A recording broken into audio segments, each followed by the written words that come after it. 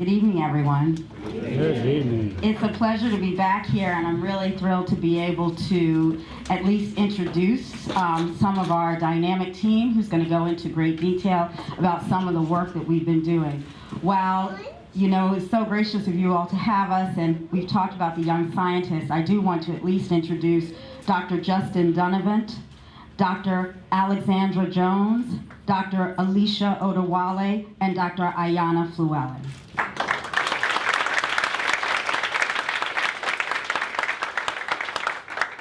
Yeah, we come strong with that intellectual property, right?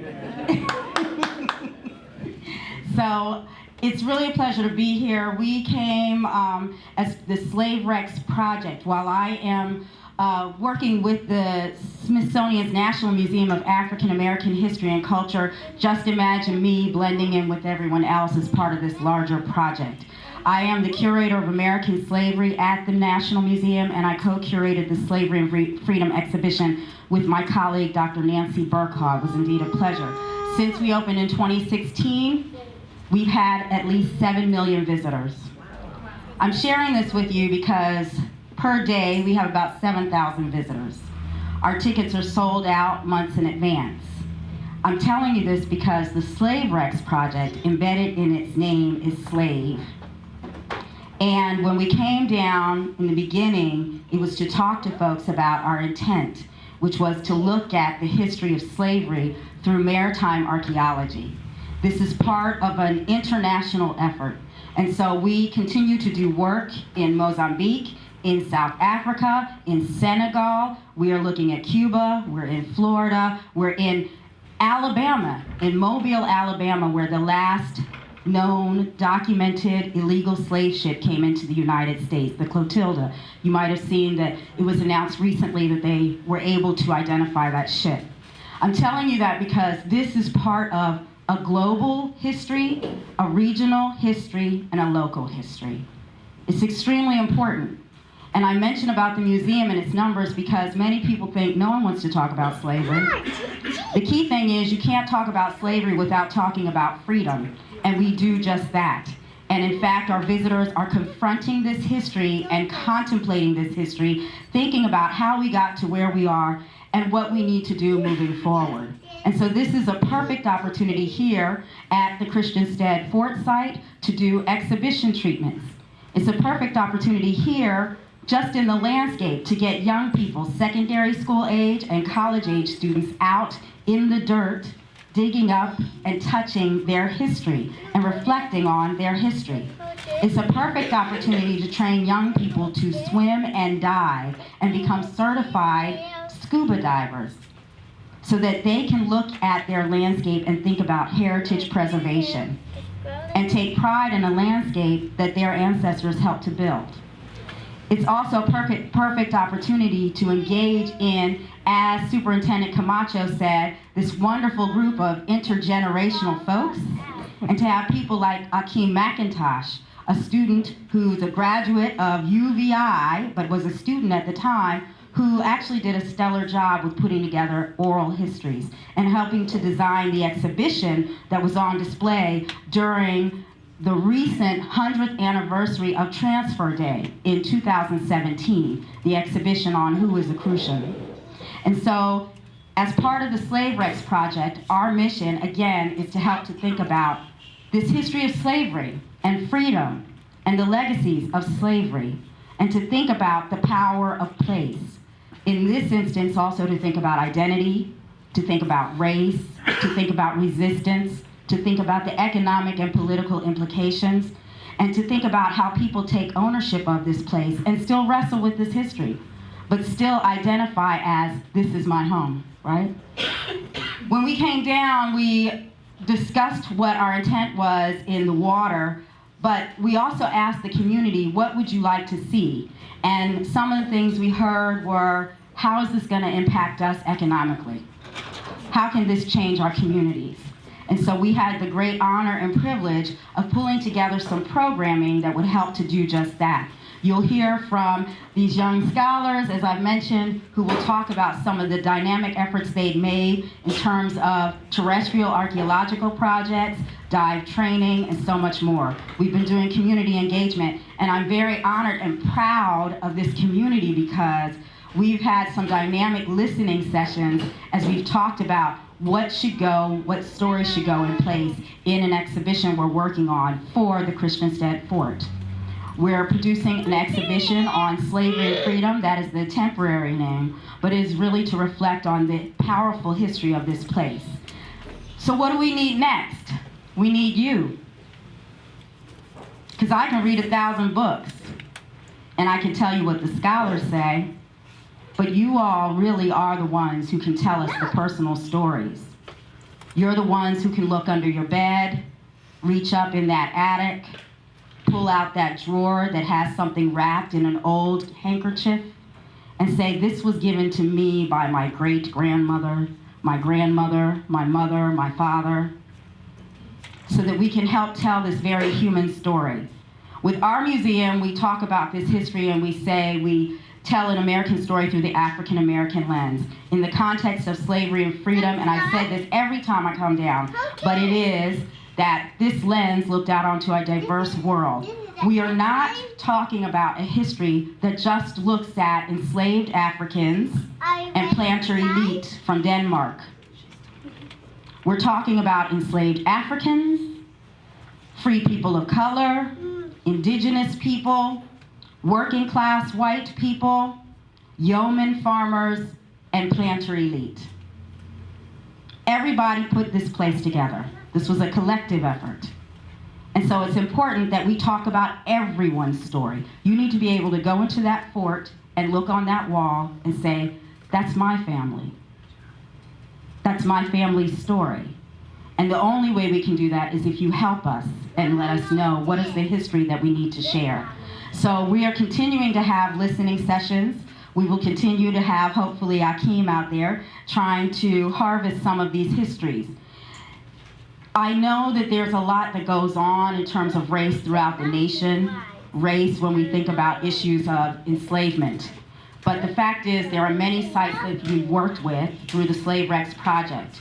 There are locations like Edisto Island, South Carolina, where they actually have the descendants of the enslaved and the descendants of the slaveholding families working together to restore a historic home that is significant to the period of Reconstruction. They're working together to restore that home and turn it into a site for education. The only way we can move forward is to move forward together. And so I want to turn this over to my colleagues to give you more details about some of the significant projects we're continuing to work on. But again, remember, this is not only a local history, it's a regional history, it's an international history. Very important. And I'd be remiss if I didn't thank everyone, and I'm going to make an attempt, so any of my colleagues who say, Mary, you forgot, just let me know.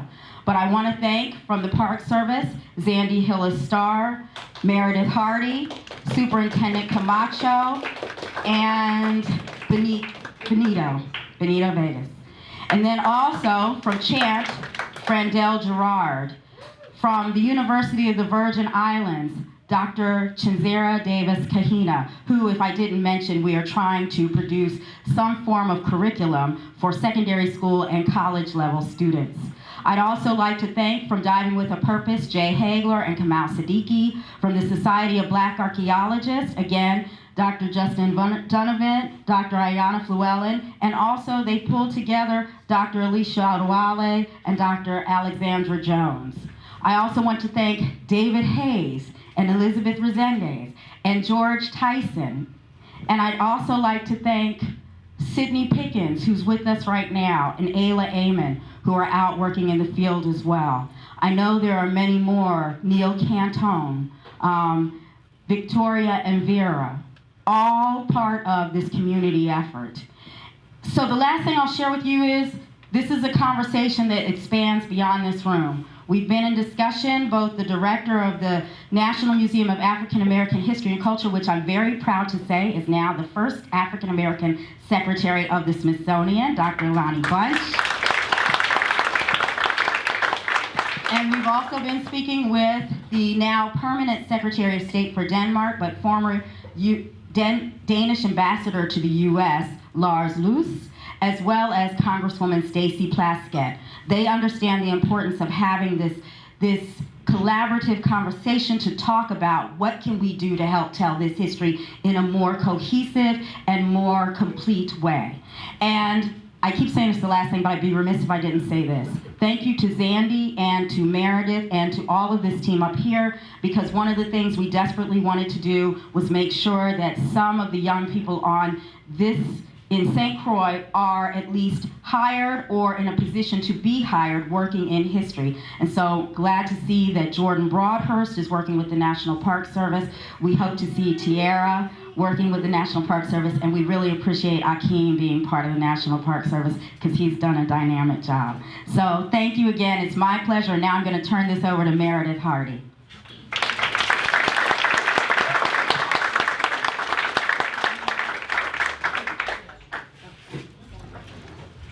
Thank you, Mary. I can't even live up to everything, so you've been a guiding light in this whole project and really teaching us and showing us the way and how we can really bring the past to present. So thank you for everything. For here in St. Croix, as Mary mentioned, the Slave Wrecks Project is a global effort. In 2014, Slave Wrecks Project came here to build local capacity to really train local youth in cultural heritage management, in learning how to do the research, how to dig the holes, and then how to process and analyze the artifacts, and then in the end, how to tell those stories, how to interpret those stories through museum exhibits and all different kinds of media. And so in particular, we've been working with our local partners, University of the Virgin Islands, to provide that training, firsthand experience for many years. Akeem worked with us for many years. Jordan was one of our interns for 2 years. Tiara, this is her 3rd year being our student intern. So they develop skills in research, analysis, data organization, data presentation, giving public talks and public lectures. When we have our open days, our open archaeology days, we're not the ones talking to the public. The students are the ones talking to the public. They have to tell the stories and interpret that history that they've been digging up to our visitors. So, as many of us know, 3 national parks here on St. Croix, Buck Island, Christiansted, and Salt River, all tell different stories, but they're all different aspects of the one big story, which is the history, natural history and cultural history of this island. Just a quick history of enslavement on the island. First enslaved peoples arrive around 1630 with the English when they come to start settling the island. And then it continues. When France takes over in 1650, this is when plantation agriculture really begins to take off, and you start seeing larger importation of Africans to this area. We don't have a lot of archival information yet about this time period. This is another research area that if some ambitious students and researchers really want to dig into it, we need to know about this time period on this island. And of course, the main driver was sugar. But then the Danes show up in 1733, and they start clearing the forests, and plantation sugar agriculture really starts to take off. Not just sugar, cotton, many other types of crops. But the primary reason for settlement of this island was to make money, was to do it through sugar. And of course, by 1803, by 1792, they decide there's no more importation of slaves, and by 1803, there is no more importation of slaves. But by 1748, they said, enslaved people said, no more, we're done with this. They emancipated themselves. But that wasn't the end of it. Almost immediately after self-emancipation, they were put right back into labor with contract labor. And that didn't last too long either. In 1878, they said enough, and they rose again. And they ended through the fire burn, and they ended that level, that kind of enslavement of contract labor.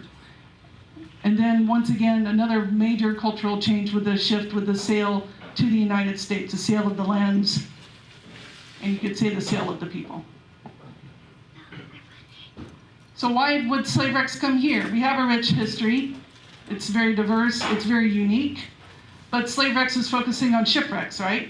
So they came to the National Park Service and said, hey, we want to come to the Caribbean. Do you have anything that can bring us to Buck Island? And we said, yeah, we have 2 slave shipwrecks that in the documents they supposedly sank in the waters around Buck Island, the Mary and the General Abercrombie. We know quite a bit about the Abercrombie, but we don't know a lot about the Mary. Again, there's more research that needs to happen. We do know that it's our belief that no people died during these wrecking events. We do know that everyone was taken off of the ships and were brought into town, at least with the Abercrombie, and then eventually taken off island and sold. There's also an amazing archival record here, both here at WIM and at many other places, and in Denmark. The records are quite amazing, and we're really lucky in that for St. Croix, many of those records are also in English, because many of the planters here were English and Irish. So we began having public meetings in 2014. We heard your opinions, we heard concerns, we heard wishes, we heard desires, and we've tried to enable as many of those as possible. So we came to start diving at Buck Island. We started running magnetometer, which is basically like a big metal detector in the water, and you drag it behind your boat, and you're looking for metal objects in the water. And we covered all that water around Buck Island. Every bit of water down to 60 feet, we've covered. And all those blue dots you see were the hits, were the pieces of metal that were in the water. Now, some of it was junk. You're always going to have some junk out there. Some, digital cameras, stuff that flies off of boats. But we had 293 of these things, and we dove or snorkeled on every single one of them. And some of them were this, little dark, but there's 2 big anchors there. They date to the late 18th, early 19th century. It's the right time period for these wrecks. Now, we haven't found a bell that says a General Abercrombie on it. And until you find that, you don't really know what wreck you have, but you have something in the right time period.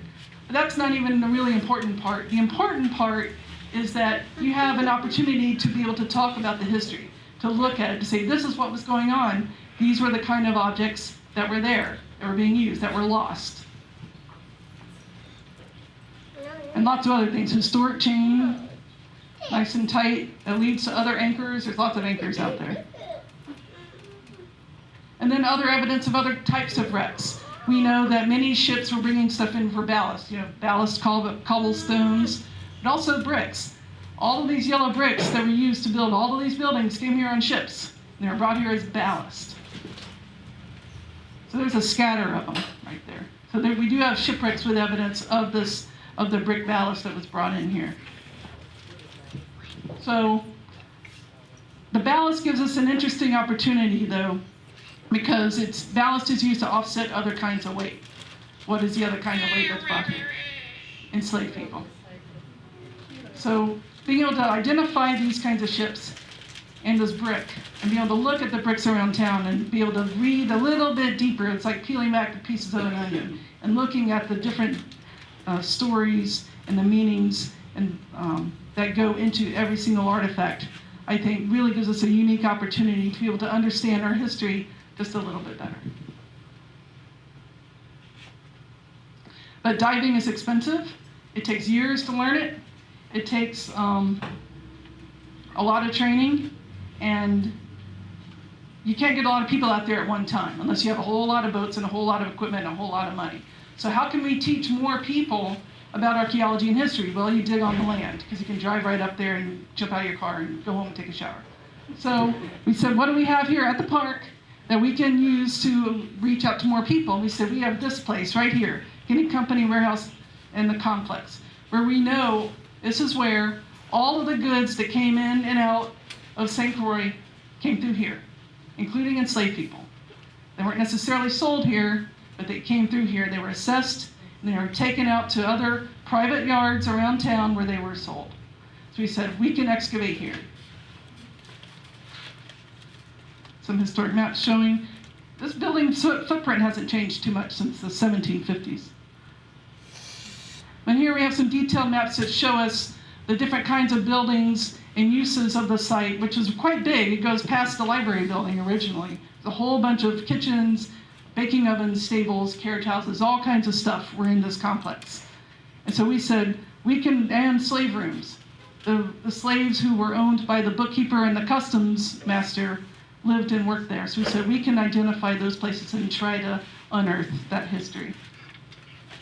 So here's an overlayment of those two maps using aerial photography to see where we can find them. Some of them are under the street, of course, but others are in the yard area. So we said, let's run radar. Before we start digging, let's make sure we know exactly where we're going. So we brought radar. Hakeem helped us. And we covered a huge area of land, all of that. And actually now we've covered almost 100% of all of the grounds here at Christiansted. So we know what's underneath the ground. We just have to test it. So we found some really useful stuff for the park, like their utility lines and their sprinkler lines and all of that kind of stuff. But then we found stuff that lines up really nicely with the historic maps. So we said, okay, let's go there. Let's see if it is what we think it is. So we started digging in 2016. There's Jordan, Tiara, and Hakeem. And we had a Danish intern, Miss Gita Westergaard from University of Aarhus, who's now, I believe, coming back to work on her PhD here on this island. So we started digging. And lo and behold, when we dug where we thought there should be stuff, we found stuff. Pieces of walls, pieces of posts. This doesn't happen a lot in archaeology. It's really nice when it lines up perfectly. You say, yes, science works.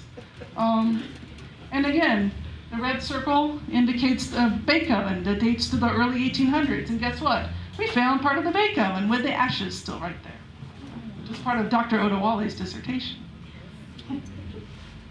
And then we worked with not just the local university students, but local high school students through the Youth Conservation Corps. And we teach them, they help us dig, they help us wash, they help us analyze all of the artifacts. So we came back in 2017, opened up more area.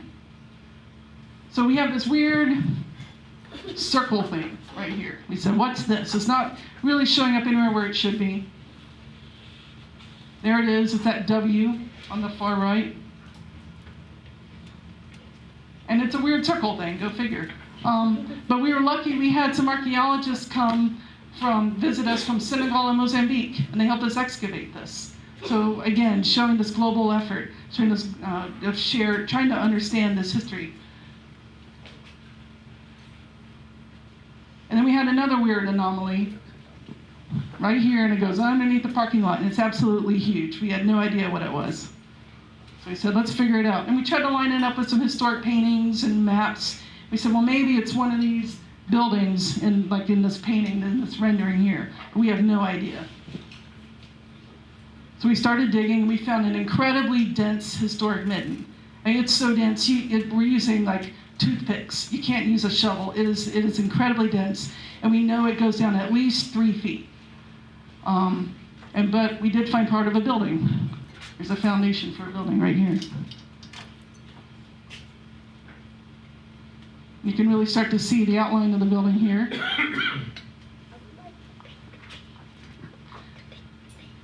And a whole lot of artifacts made by enslaved people. They were making buttons out of bone.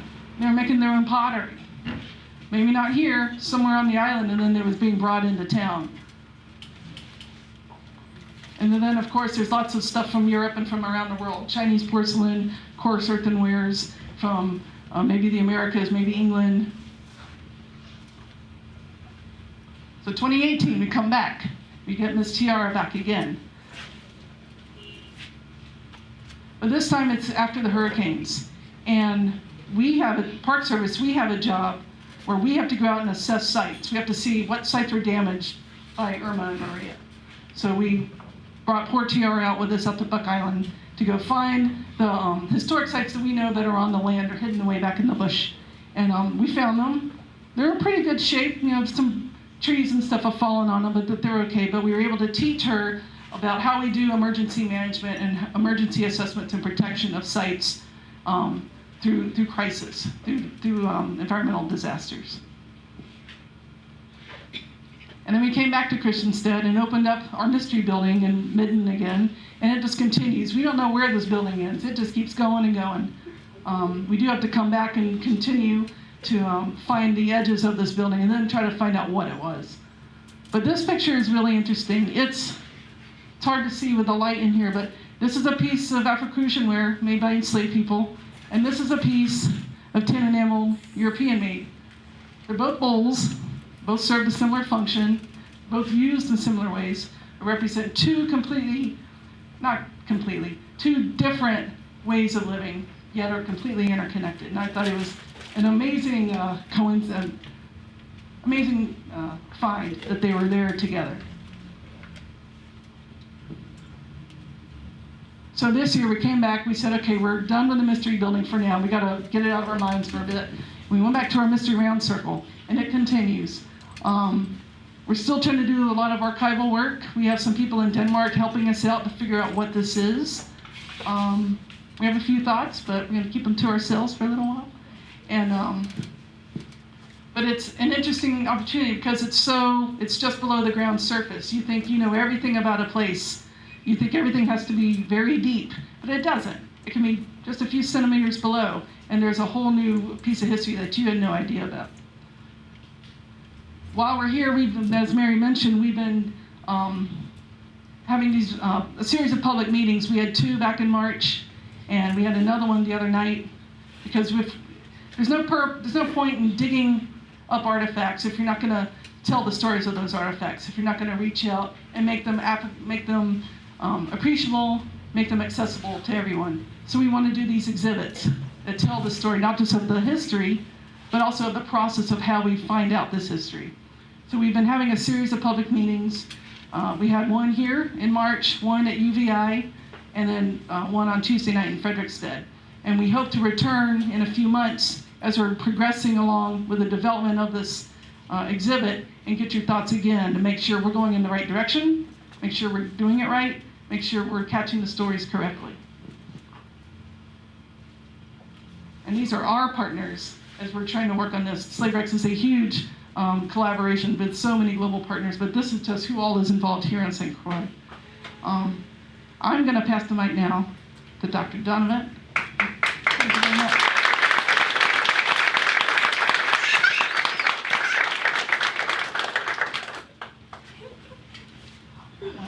Thank you very much. It's a hard act to follow. I'm going to try to be brief but succinct in the presentation of what we've been able to do. So again, my name is Dr. Justin Dunavant. I'm currently a postdoctoral fellow at Vanderbilt University, and I'm also one of the co-founders of the Society of Black Archaeologists, and we came down here in 2016. We came down here through an invitation, in part with the Slave Rex Project. They had this idea of building a maritime terrestrial archaeology program in conjunction with Diving with a Purpose and through conversations with UVI and the VICCC. And they really wanted to see this capacity building component built out. And as a result of that, we had a series of meetings. Some of them involved me driving up to Dr. Hardy's office in Tallahassee, Florida, and thinking about different sites that we could explore for the terrestrial archaeology component. And this was really an outgrowth of what we were trying to do as the Society of Black Archaeologists. Dr. Ayanna Flewellen and I started the organization back in 2011, and it became a 501c3 nonprofit just last year. So while we were an organization since 2011, we came down here in 2016. It wasn't until last year that we actually became a formal 501c3. But our goals have remained the same throughout. We didn't just want to be an organization that was out there to promote sort of African Americans in archaeology, but we wanted to also promote the proper treatment of African and African American and African descended material culture and burial goods. We also wanted to encourage people of African descent to enter the field of archaeology, to raise concerns about cultural patrimony through a lot of construction and a lot of quote-unquote restoration. A lot of that work often gets overlooked. And then we also wanted to highlight the contributions that we have contributed to the field of archaeology historically, as well as talk about how we can change the way archaeological work is done to make some of the work that Dr. Hardy and others do sort of standard practice in the field of archaeology. We think the community engagement component is the hallmark of archaeology. And if we can make that the foundation of archaeological work going forward, we can begin to change the conversation. All right. in addition to that, we try to make archaeology look good. So, we've got a diverse group of scholars that have created this organization and helped to build out this organization. And we try to create a number of programs as well to try to achieve our goals. We set up an oral history project to try to figure out how scholars of African descent actually get into the field of archaeology and what it is that sustains them and keeps them in the field. In addition to that, we've been sure to attend conferences in archaeology and Africana and Black studies to make sure this conversation is a two-way street and not just one where we present archaeological information. We've also been very keen on highlighting and promoting career opportunities and field school opportunities. There's often this discussion within archaeology more widely that people of African descent aren't interested in archaeology. And we have to remind people that it's not that we're not interested in archaeology, it's that we're not often given the opportunity to do archaeological work and not presented with what archaeology has to offer. So we wanted to highlight those aspects of it. A key factor that we found through our oral history was the fact that mentoring was a very important component of all of this. If we have strong mentors, we build a strong future. And so as a result of all of this, when the idea was presented to us to come to St. Croix and help continue to build this work and do this project with the terrestrial archaeology, we thought this would be a key opportunity whereby we could build out a terrestrial archaeology program focused specifically on mentoring, but again, answering key questions related to research germane to this island, but also answering questions that are of importance to the global African diaspora. And as a result of that, we began to concretize this idea of what it is that we want to see archaeology do with community engagement at the center of it. It involves knowledge dissemination, public archaeology, knowledge production, and having community members as stakeholders, and also dealing with and grappling with all the complicatedness and all the complications within that. Who is community? What does knowledge dissemination look like? What is public archaeology and who is the public? These are all questions that people try to shy away from at times, but need to be actively engaged, interrogated, and dealt with. And from the work specifically on this island, and again, this is one of the contributions that St. Croix has made to the field of archaeology. I know it's rare to talk about sort of entities and people and communities impacting disciplines, but I can honestly say, being here on St. Croix and watching how the entire community works, from the Park Service to VICCC to the community members, we really found that it was key to focus in and develop this idea of sustainability in archaeology. We recognize that the environment on St. Croix is a very unique situation. It's an environment that has been inherited in some cases, and it's an environment that has been disturbed in other cases. And so when we talk about environmental restitution, we also talk about cultural restitution. So just as we're exploring the cultural environment of this island, we're also exploring the natural environment of this island. And that's really led us to develop this concept of sustainable archaeology, where as we continue to develop the cultural heritage, we're also continuing to understand how the environment has been impacted and to begin to think about ways that we can provide some sort of restitution towards that work. This has all led us to eventually the Estate Little Princess Archaeological Project, which is the Estate Little Princess, as many of you know, around Five Corners. And it's that plantation that we began the center of our research. We could not have done this, and this would not have been possible without all of the community collaborators who are present here, many that Mayor Elliott mentioned earlier today. But it was through that work that we were able to come to the Estate Little Princess and begin to ask some of these critical questions about what was life like for enslaved people in the Danish West Indies, and how does that compare to enslavement under the British, under the French, under the Spanish, and then also what makes St. Croix unique and different in many ways. One of the things that we're beginning to find is that it is very much a mixture of many different African communities coming together in this space, and many other communities, whether it's Denmark or Britain or other organizations as well, or other entities. So with that said, we're going to talk a little bit about the history of the Estate Little Princess as an actual project. But first I want to introduce the entire team so you all know who is involved in this project. We have Dr. Ayana Llewellyn, who is coming to us from UC Berkeley, soon to be faculty at UC Riverside. We have Dr. Alicia Odewale from University of Tulsa. We have Dr. Alexandra Jones, UC Berkeley graduate and founder and CEO of Archaeology in the Community. We have Dr. William White, who's actually in the audience here, assistant professor of archaeology at UC Berkeley. And we have myself.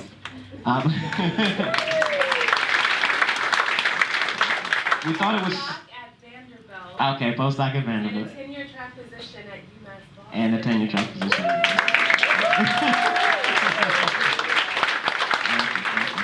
But one thing we thought it was important and it was key to show that there are people of African descent that are in key fields in archaeology and able to do this work.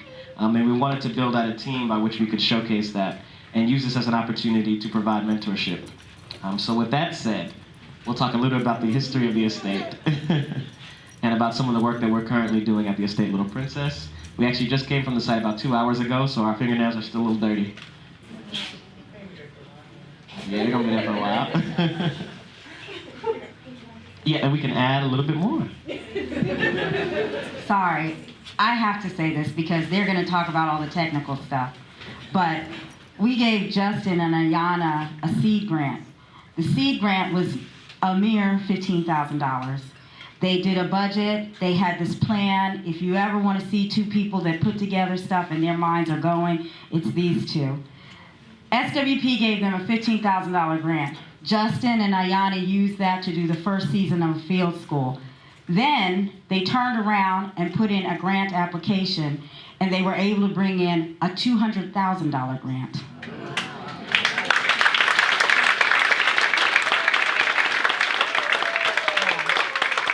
So that grant enables them to bring students from historically black colleges and universities.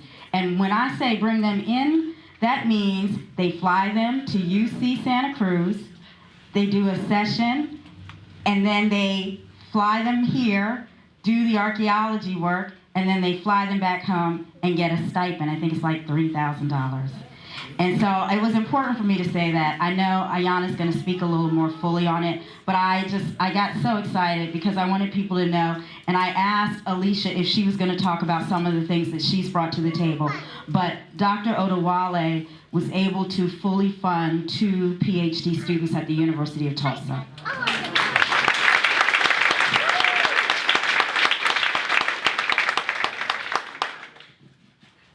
Good night or good afternoon, I don't know what time it is. So I'm Dr. Alicia Odawale from the University of Tulsa, and I'm happy to be part of the team. I'm just going to give you a brief little snippet of the history of Estate Little Princess, but it's over 200 years that we can cover. So we will need to do a brief, we have 2.5 minutes for the history and 2.5 for some other stuff, so we're going to go fast. So starting in 1749, Estate Little Princess was established. So when it was first established, it was purchased and basically set up by our former governor, Frederick Moth, in 1749. So when it was first established, it's covering 25 acres of land. Now, over time, the estate changes hands, changes owners several times, but Frederick Moth actually sells it to Peter von Scholten in 1834. So we already have 2 governors that are technically owners of enslaved peoples, starting off. And this is right in St. Croix's early history. 1749 is just only a few years after 1733, so it's really early on in the history of the island that we can already start to see Estate Little Princess taking shape and forming. So then, so 18.5 acres is sold to Governor von Scholten. The other side is changing hands, and it's starting to be divided up and plotted up over the 200-year span of time that this estate is operating. We're now seeing the plantation estate change. The people that are living and laboring on the estate is changing, and the ownership is changing. So it changes hands a number of times until the recent ownership of the Nature Conservancy, who are the land stewards of the estate today. So this is giving us a really good glimpse of St. Croix's history, because we can literally look at this one estate and cover 200 years in time. And so I also wanted to mention that since this plantation is active until the early 1900s, we can literally cover from the enslaved labor force to the more modern day sugar factory workers. Oh, thank you. She was in the field just 2 hours. So this is literally one of the longest running operating sugar plantations on the island. The only one the more longer running is Estate Bethlehem, closed down in 1966, so we still have a really large span of time we can use here. So we know that as a cash crop, sugar is the most labor intensive to produce. Dr. Hardy has already given you the history of the island in terms of this history of enslavement, but when specifically talking about one Dana sugar plantation in itself, we can literally look at the stages of sugar crop production. And we have discovered that in just the process of producing sugar and all of its many byproducts and distilling it, there are now parts of the story in terms of how they're building the structures. I'm getting some feedback. So we just we're figuring out that they're using the sugarcane not just as a source of food, it's also this whole vehicle of torment and torture, but it's also giving them an additional aspect to shelter as well, because they're using the trash, the cane trash, the bagasse, to actually you put in structures, put in walkways, put in the fields. So it's literally, this sugarcane is now so many different factors that we're still trying to understand today. So in covering the history, we're interested more about the people that are living and laboring at the estate, the remains they left behind, but also their structures, what they were forced to see and witness and move around every day. And so in the enslaved laborers village, this area out here, this is where the majority of our excavation has been focused. But in terms of just giving you a brief history, because I know someone else is going to cover the other details of the excavation, but early on, the first thing we're seeing built out here is the sugar factory and distillery. So they start with that, and then the great house, and then the main house shifts from between these two structures, and then one becomes the hospital. So we have number one, the old great house to the new great house. So the structure is literally changing as it's moving through time. And today, we've only been able to cover now in 2019, 5 cabins out here, possibly. But we know there's possibly 30 out here that we still haven't covered yet. So there's still so much more we have to learn about this estate, so much more about its history, so much more about the structures out here that we're still uncovering. And I'm going to pass this off to Dr. Llewellyn, who's going to cover some more interesting facts.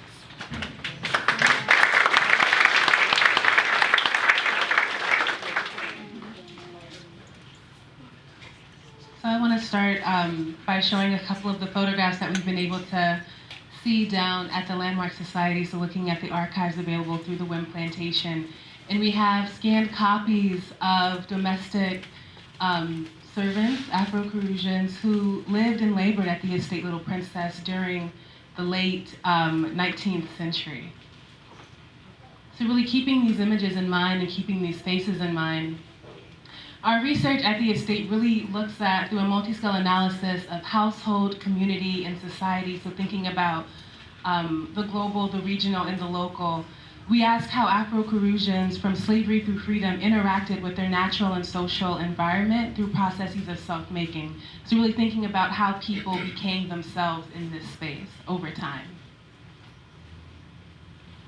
And part of that, going back to the image from the National Registry that Dr. Odewale showed, really thinking about the extent of the enslaved and later free labor village area. So our excavations in 2000, and I wish I could show this video, y'all, but I only got 5 minutes, so I'm gonna have to skip over it. But we've been digging at the estate since 2017. And since 2017, we've mainly focused on the shared space between 2 of the cabins, so really thinking about in these very small living structures. I'm not a PC girl. I don't know if this is gonna work or not. We're gonna pass. But this is a 3D model of two of the structures at the site. But you can see in between these two structures, we were able to do a couple of excavations, really thinking about the shared space between the 2 structures, because we know that these were very small living spaces, and a lot of the actual living, cooking, community spaces, craft production would have taken place outside of the home.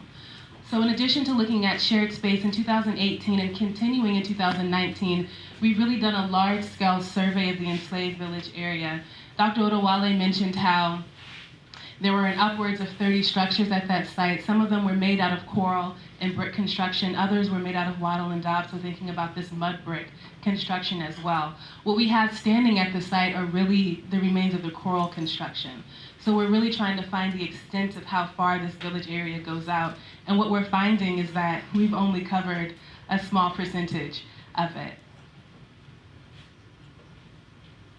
So this is a map of our 2018 excavations, and we've actually been able to fill in all of this area here with more shovel tests. And I'm going to pass this back over to Dr. Odawala so she can talk a bit more about, after our excavations, where are all the artifacts going and how they're being processed.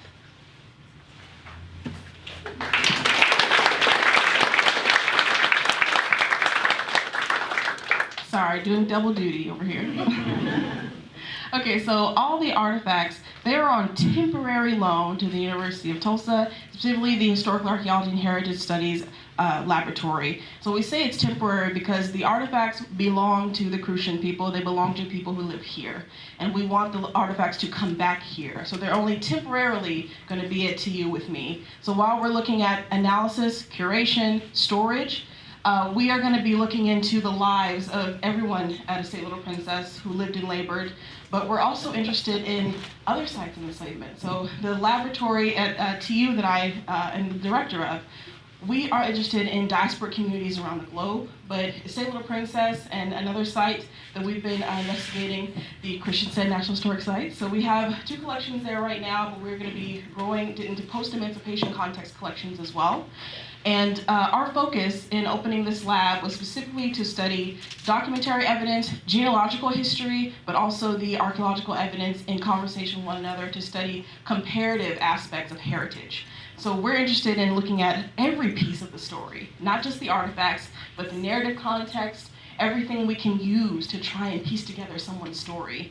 So we're really excited about this lab. So it's a new space, we're still growing, still getting things set up, but we're really excited to have the collection at Estate Little Princess be part of the conversation. And now that we have funding for students, we are, our first partnership with UVI, we just established an MOU with the University of Virgin Islands between the University of Tulsa to bring more students to actually partner with us to investigate these collections, to help us analyze these collections, and to get training on artifact interpretation and analysis and research. So Rakia Andrews will be our first student from the Virgin Islands. She'll be getting her master's degree starting August in 2019. So next month, she'll be coming down to TU with me.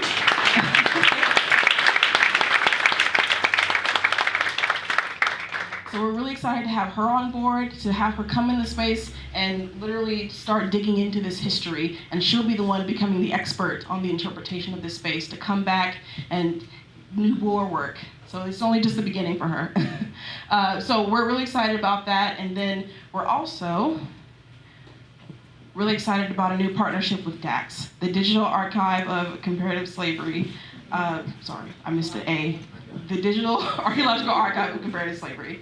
So this DAX partnership is so important because in addition to us training students, we are getting training at the same time. So we're getting training in new research and digitization, and putting all these sites into conversation is already difficult enough without standardization. And so for DAX, their main goal is to standardize the field of archaeology, and specifically these sites of enslavement, and so they can be compared one to another. And they have this digital archive that's online that you all can use right now for free, but we're using as researchers to actually enter into this database. And they already have 32 sites of enslavement in their consortium right now. So to put Virgin Island sites into this system is huge. First time in history that we've been able to do that. So now we're going to be able to not only have students involved in this training, but also be able to put those sites in conversation with sites around the world. So we're really excited about this partnership. And we're going to be going to the UCHBC.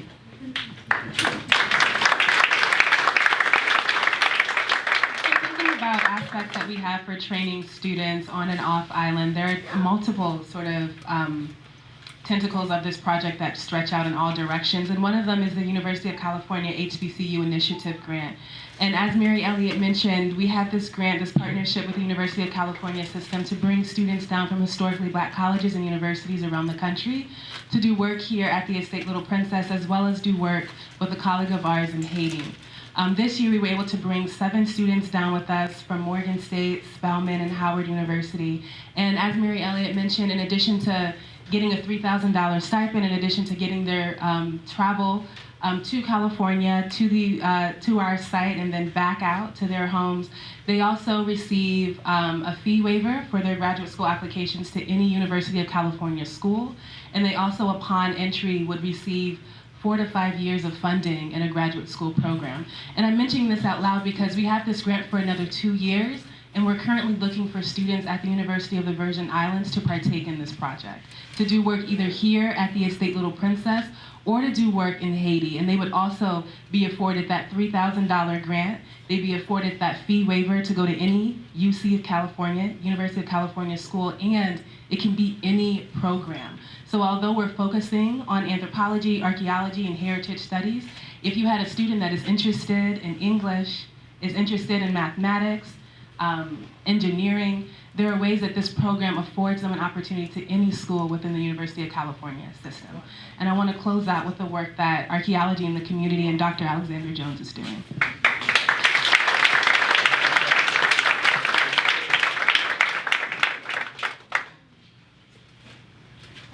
All right. So the final component of our project is the actual training of youth on island. So we actually partner with the Caribbean Center for Boys and Girls every summer. Since the inception of this project 3 years ago, we partnered with them initially. So within the first year, I had 15 students come, get trained in archaeology, and for them, what that looks like is they spend a morning in a classroom with me. I train them on artifact analysis. What is archaeology? How we do archaeology, archaeological method. And then the afternoon, I take them out and we do it. So the following morning, it's the same thing. Then they go out and do it. This year, or each year, I've added a different component. So once I see that the students are getting it, they're grasping it a little bit quicker, I add something else. So this year we added conservation in, talking about how we conserve artifacts, in the field. So they had training in that. Last year, we also added in, I'll think of it in a second. I don't have that much time, so I'm trying to rush through. So within the past 3 years, including this group right now, we've trained 45 students on island in archaeology. When we talk about community involvement and truly listening to the community, after the first year, I had breakfast or lunch with a community member, and she basically challenged us and said, it's nice that you train them, but then what? What else? So I initiated last year an internship. So Archaeology in the Community started a fundraiser, and the fundraiser was to pay interns to come in and work. The interns are the students from the previous year. So last summer was the first time I had 2 interns return from the previous year, paid for them to participate the whole week. Part of it is, each year I'm adding a new lesson in. So each year, because you're returning back, you're learning something new from the previous year. But in addition to that, you're the same age as the people you're working with. You're helping me train them. You're teaching them all of the things that you know. This summer I had 4 interns. 2 were the original, plus 2 more from last year who have now come back. So it's the idea of creating a kind of a microeconomy around this training. But not only that, I'm holding you and I'm keeping you right up under my arm every year so that I can walk you to college. One of the other things that we added this year that was different was, okay, so I told the boys and girls, Mr. Canton came to me and said, can they get certificates? We also want to show that they're receiving this training. So we're adding formal certificates to show that they're getting field school training. If anybody knows anything about archaeology, when you go to school, you have to have a field school in order to get a job in archaeology. It's mandatory.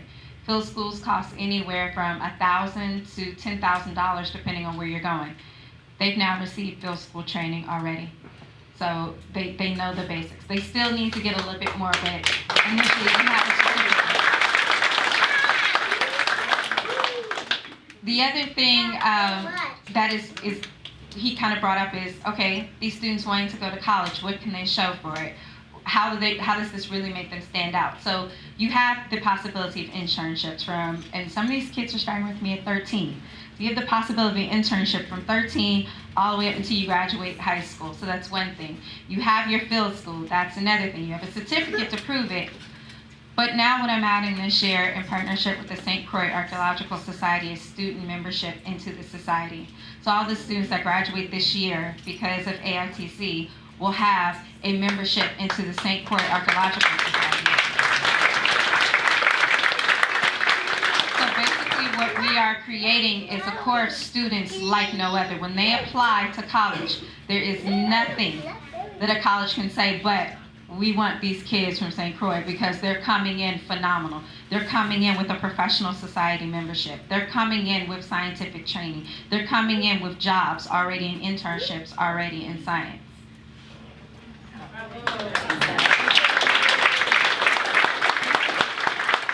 So based on conversations that I've had this week, what are the future of this program? What are our future plans? To expand the program longer. I've had requests to make it longer than a week, so that is something that I'm looking into, is extending it. Whether it's, right now it's looking like I'm gonna extend it for the interns. So we're gonna add an additional week for the interns that have already trained and been in the project. For them, they're gonna gain archaeological technology lessons. So looking at adding photogrammetry, which is something that adults are now paying big bucks to learn, but I wanna give this to them for free, which means that by the time they hit college level, they could go ahead and start kind of consulting and helping out archaeological firms and everything else because they'll already have this training, this specialization underneath their belt. And the other thing is I want to increase the number of interns. So I've already kind of put in place and started having conversations around fundraising for next year that I can increase the number. So hopefully next summer we'll have 10 interns, which will be the culmination of this past 3 years. And I've already had students before they finished ask me, can I be an intern next summer? So I think I'll be able to hit that number fairly easily.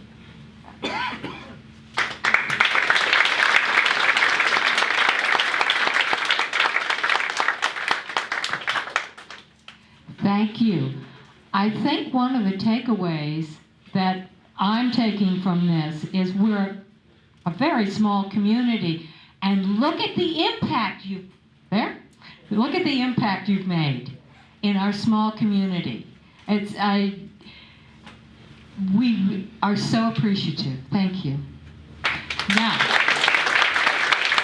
we've run over time, Park Service. Do we have 10 minutes, Sandy? I'll go talk to the ranger. Okay, 10 minutes, I promise we'll be done. Questions from the audience?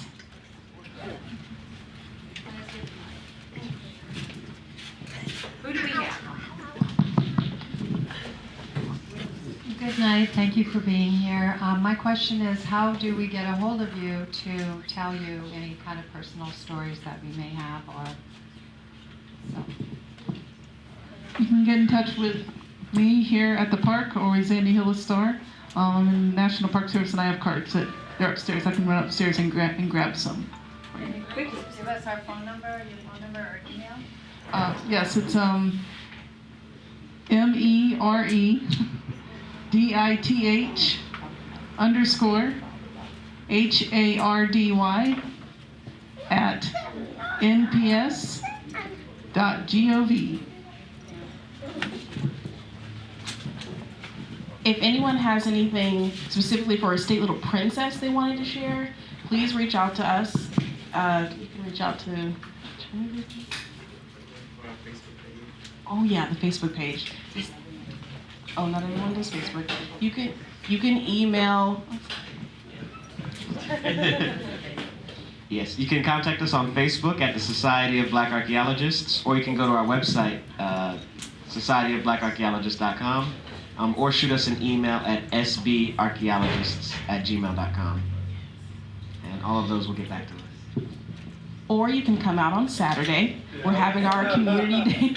Archaeology and Community is already hosting this Archaeology Day at the State Little Princess from 9 a.m. to 12 p.m. on Saturday, July 13th. So we would welcome everyone to come out, and you can tell us your personal stories in person.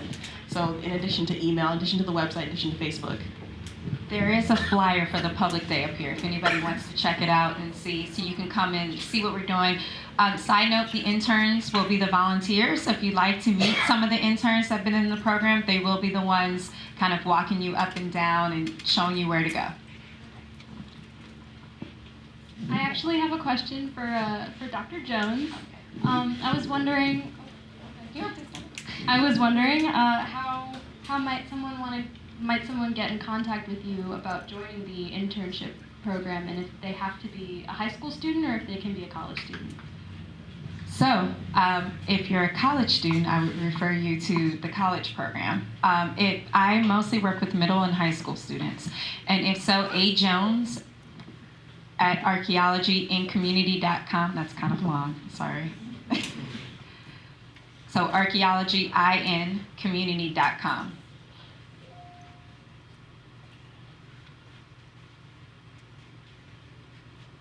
You're welcome. Hey, good night, everybody, and thank you for this presentation. It was very insightful, but is there any way you can make it longer? It was like rushing through, like an hour longer. Thank you. What is the answer? The answer is we have the hall for now.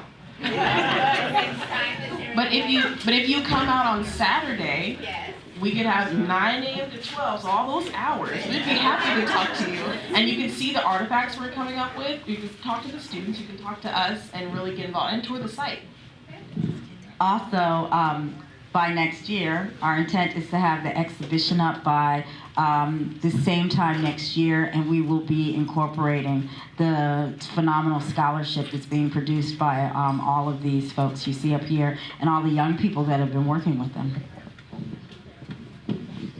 Hi, thank you very much, and good afternoon, everyone. Is there a digital archive by chance at the University of Tulsa where residents can log in and see some of the artifacts that were taken from Little Princess? Yeah, so that digital archive that I mentioned, DAX, Okay. that is an online database that is you can access right now, dax.org.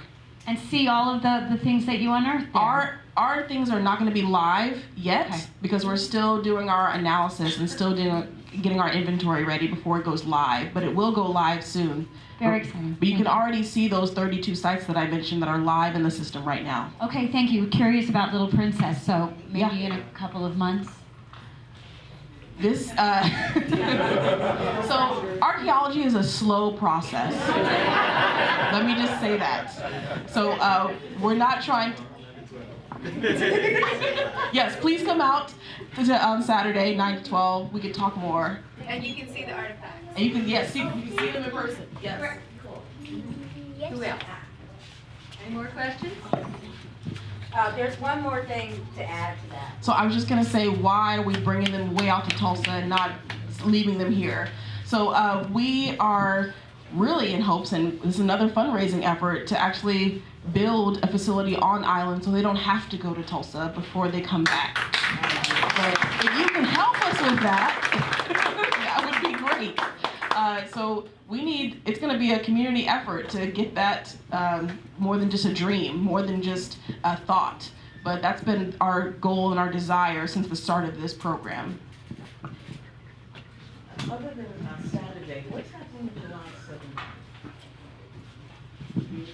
So that is our open house right out here. So from 10 to 2, we'll have our excavations open. We'll still be digging, but we'll have a sample of the artifacts out, and the high school students out working with us, and please stop by.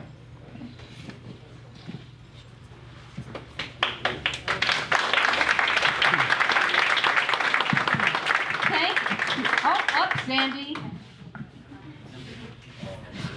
On behalf of the Park Service, I just want to thank everyone for coming out tonight, and I do want to just let you know that there has been a lot of work going on regarding this building. regarding the Guinea Company Warehouse Complex, and we are really excited. We're at about 90% completing the first Park Service Historic Structures report for this building. And that's a tall order because this building has had how many years, Meredith? 270 years. It's one of the older buildings. So that's going to come out shortly. That's going to help us look at how to interpret this building, how to use it. Where does its significance lie? When we're asked, what's the period of significance? Oh, Dr. Rezendi knows that question, and David knows that, Meredith. That's a tough one. And one of the things that we're not going to forget is not only did it have that story of enslavement and the early economics of this town, but it was important all the way through the 1960s and 70s and 80s when it was our post office. I remember that. So that's a tall order that we've got. But what I want to do is connect it back to what these folks are doing, what Meredith's doing with the community archaeology, is that this building was originally purchased. No, it wasn't given to us by GSA and the U.S. Postal Service. The Park Service had to buy it. So when we purchased this building, there was an early visit with former Superintendent Tutine and UNESCO looking at this building specifically to be a slave trade world-class museum. So that is still moving forward. We have gotten Park Service funding to help us with the architectural and engineering design. That's actually coming very soon. We have some funding, another, sort of like for the first time ever, these things are kind of lining up in order. Historic Structures Report, A&E scoping, actual funding to do repair rehab on this space. So I really hope in the next 2 to 3 years, archaeology's slow. Park Service repair rehab is even slower. But we're really excited about this. And this is feeding into it. And I know Meredith didn't want to say, but this whole idea and the test that Mary doesn't want to talk about yet, but I'm really excited about, is this test or pilot of these exhibits on enslavement that we're gonna kind of like fly them at the fort. But they're ultimately coming here to this space. This is going to be our world-class slave trade museum. It's going to take some time, and we are counting on your input and involvement.